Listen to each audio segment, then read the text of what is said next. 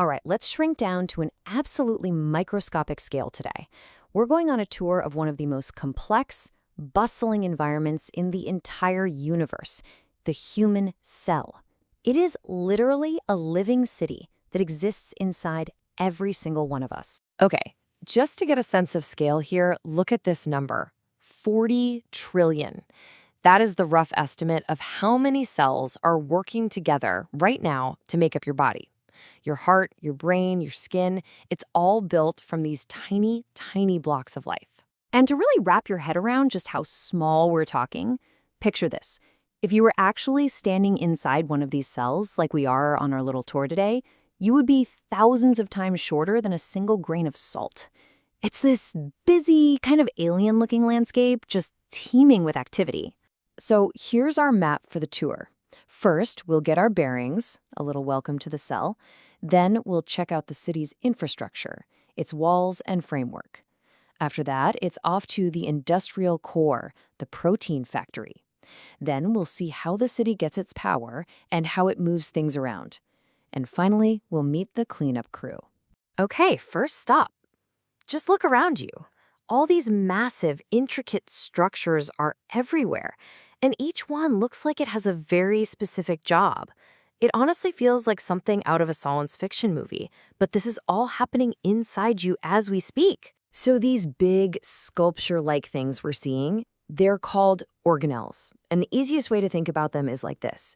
Just like your body has organs, a heart, a liver, lungs, this cell has organelles. And each one has a specific job to do to keep this whole city running. Next up, let's take a look at how this city is actually built. I mean, every city needs some kind of structure, right? The cell is no different. It's got borders to protect it and a frame to give it its shape. So the cell's infrastructure really comes down to two key parts. First, you've got the cell membrane. Think of it like the city's border, or a flexible skin that keeps all the good stuff in and the bad stuff out. Then inside, you have the cytoskeleton. It's this incredible crisscrossing network of protein fibers that acts like the steel frame of a skyscraper, giving the cell its shape and its internal structure. All right, now for the main event. If this cell is a city, then its number one industry, its whole reason for being really, is manufacturing. And the one product it is absolutely obsessed with making is protein. And this is so crucial to understand. A huge, huge amount of the cell's resources are poured into this one job. Why? Because proteins do pretty much everything in the cell. So making them, and making them correctly, is literally a matter of life and death for this city. And the production line is just a masterpiece of efficiency. It all starts in the nucleus. That's kind of the city's central office, where a cheap, disposable RNA copy of the master DNA blueprints is made. That little RNA copy then travels out to the factory floor to a machine called a ribosome. The ribosome reads the instructions and starts building a new protein, chain by chain. It pushes the new protein directly into the assembly line, the endoplasmic reticulum, where it gets folded and processed. And finally, the finished protein heads to the Golgi apparatus. Think of it as the city's post office, where it gets sorted, packaged into a little container called a vesicle, and shipped out.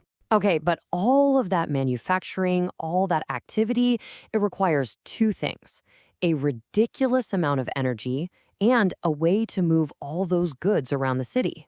The energy, well, that comes from these amazing organelles, the mitochondria. You've probably heard their famous nickname, right? The powerhouses of the cell. And that's exactly what they are.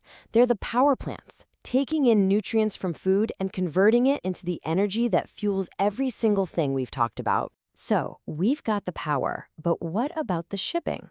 Those protein packages, the vesicles, they don't just sort of float to where they need to go. No way. They are actively carried along a highly organized logistics network. So how does this work? Well, the vesicle is literally carried to its destination.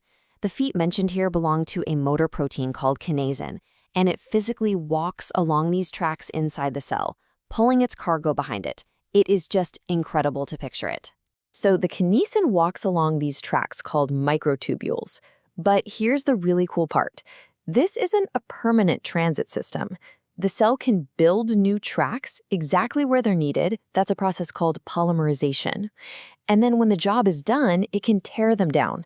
That's called depolymerization. The city literally builds and removes its own roads on demand. Okay, our final stop on the tour is one of the most important ones: sanitation. Because a busy, productive city creates a lot of waste, and it has a lot of old equipment that needs to be retired. And that's the big question, right? With all this constant production of new proteins, what happens when they get old or damaged or are just not needed anymore? You can't just let junk pile up everywhere. Well, the cell's answer is this incredible machine, the proteasome. It's basically the city's combined garbage truck and recycling center. It finds and grabs old or damaged proteins, pulls them inside, and then just chops them up into tiny pieces that the cell can then reuse to build new things. And here's the real kicker, a truly wild detail. The proteasome itself is made of protein. So what you have is essentially a cannibal protein, a protein machine that is specifically designed to eat other proteins. It's a cannibal that keeps the entire city clean and efficient. So let's just pull back and bring it all together. Your body isn't just one thing. It's a massive cooperative of 40 trillion of these microscopic cities. Every single one of them is complete with its own infrastructure, its own factories, a power grid, a transportation network, and all of them are working in perfect harmony to create the person that is you. And we'll just end on this thought. We've just toured the staggering, almost unbelievable complexity of a single cell. So just take a moment and really think about what it means that your existence is the sum of 40 trillion of these worlds, all humming along in perfect unison. It's a scale of complexity that is, well, it's just awe-inspiring.